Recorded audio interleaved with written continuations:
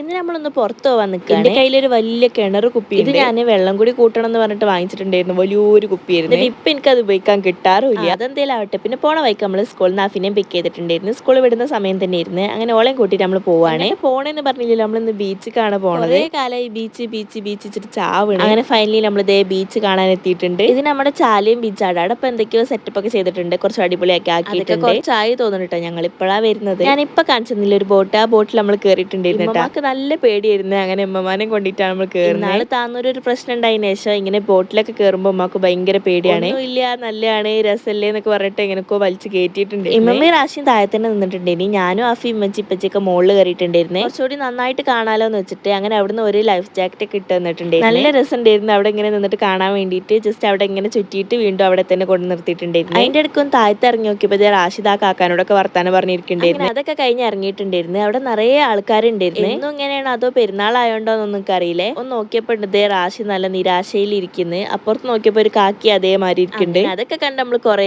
നടന്നിട്ടുണ്ടായിരുന്നു.